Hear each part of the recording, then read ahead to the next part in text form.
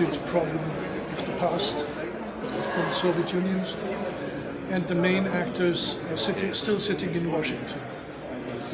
Something which has been excluded in this debate so far. I would even claim that the European Union has different values than the United States today. And after the breakdown of the Soviet Union, all those categories have to be revisited and checked again against historical heritage, cooperation, standards of cooperation, and its impact on real cooperation in terms of economics and social contacts and so on. It's not a philosophical issue, it's a very political and even a technocratic issue.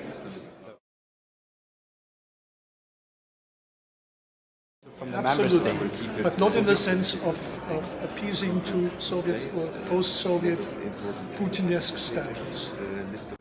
Yes, but the argument that I was making was that the European Union as an institution is developing its own value system, it's a normative power, civilian power, and it's often criticised by critics of the Third World of an example of regulatory imperialism. That's the term they use, because it's using NGOs and public-private partnerships, for example, as a new kind of diplomatic tool.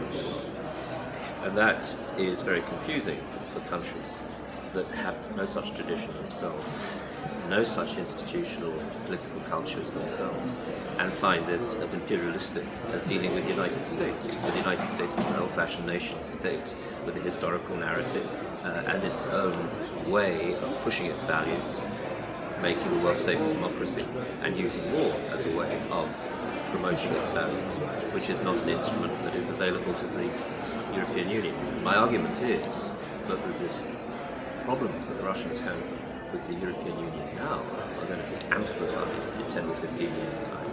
If the EU survives, and if it goes to the next phase of the project.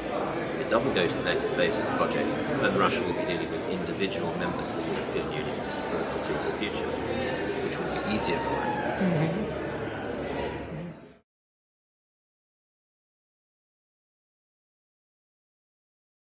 But the European project was always about the interests, and it was about how to secure your interests in a world in which you were outmaneuvered by two superpowers during the Cold War, the United States and the Soviet Union. And the way we did was to syndicate our values abroad, to create institutions, to try to make people accountable to international law in the same way that they are accountable to domestic law in their own countries. This was not a values versus interests. It was in our interest to do this, and we were trying to reinvent powers. Civilian power was meant to be a competitor to the superpowers, possibly even an example to the superpowers where they might go themselves. It hasn't quite worked out that way, and Russia doesn't speak that language at all. It doesn't understand what civilian power is, it doesn't understand what the EU is, what it knows of it doesn't like particularly. It loves dealing bilaterally with countries because it is so much, that is in the Russian tradition. And it's in the Chinese tradition as well. The Chinese don't understand the EU either. They love dealing with countries like Germany on a bilateral basis.